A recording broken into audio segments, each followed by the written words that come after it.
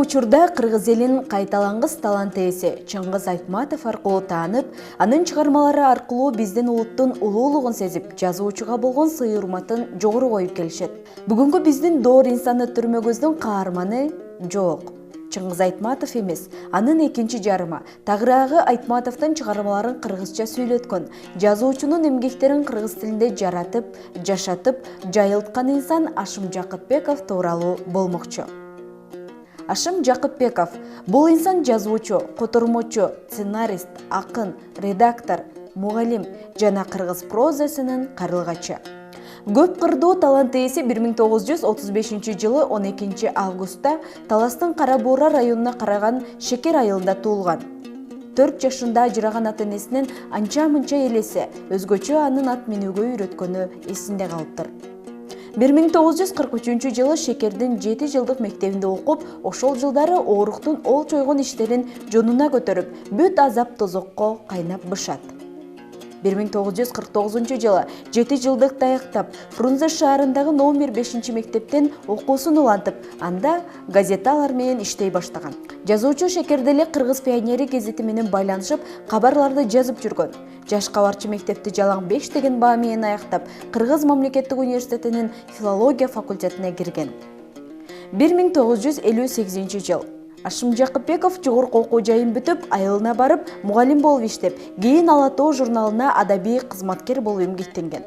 Мындан ары анын чыгармачылыгы артып, Жаралуу Көгүчкөн деген ат менен жазуучунун аңгемелер жыйнагы жарык көрүп, болгону 87 бет менен чыккан китеп улуттук прозага өз стили бар жазуучу келгенин тастыктайт.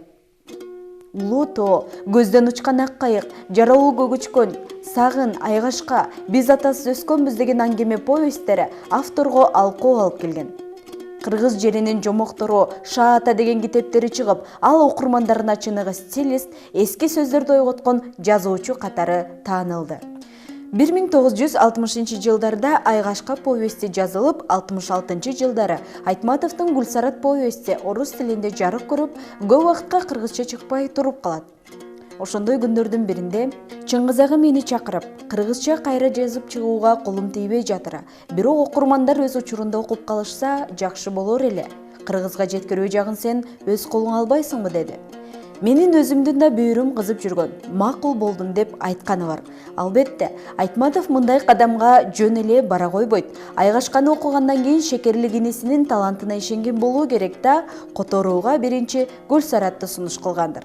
Ошентип Ашым Жакыпбеков Айтматовдун айылдашы эле эмес, негизги котормочусу да болуп, агасынын бир топ чыгармаларын орус тилинен кыргыз тилине которуп, кыргыз окурмандарына сунган.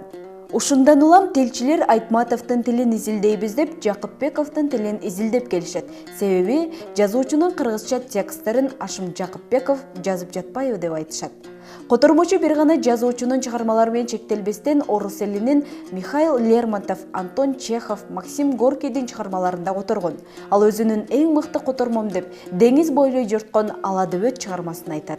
1969-85 жылдары Кыргыз фильм кино студиясында башкы редактордун орун басары болуп, көптөгөн кинофильмдердин, кино дубляждардын тексттарын редакциялоодон өткөрүп, жана кино тармагында 16 жыл эмгектенип, Чолпонбай, Касиеттүү көл, Ата журт, Ысык көлдүн кызгалдактары, Көздүн кареги аттуу фильмдер тартылып, кыргыз кереметине кошулган.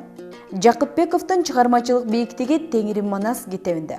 Абдан көлөмдүү эпостун урунтуу учурларын гана өзөк кылып алып, эпостун реалдуу табиятын сактоо менен ыр формасын кара сөзгө айландырып жазып чыккан. Бул чыгарма жазылып бүткөндө өлкө кризиске кептелип, китепти басып чыгаруу мүмкүнчүлүк болбой, китеп чыкпай, жазуучу да капысынан кармаган оорусунан каза болот.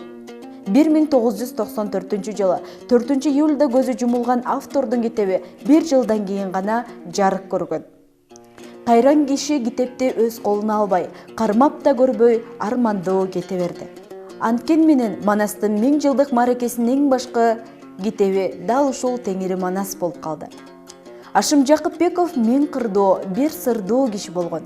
Замандаштарынын, досторунун арасында барктоо, көктөгү айтканын бербеген өжөрлүгү бар экенин, азил тамашанын чебери болгонун айтышат.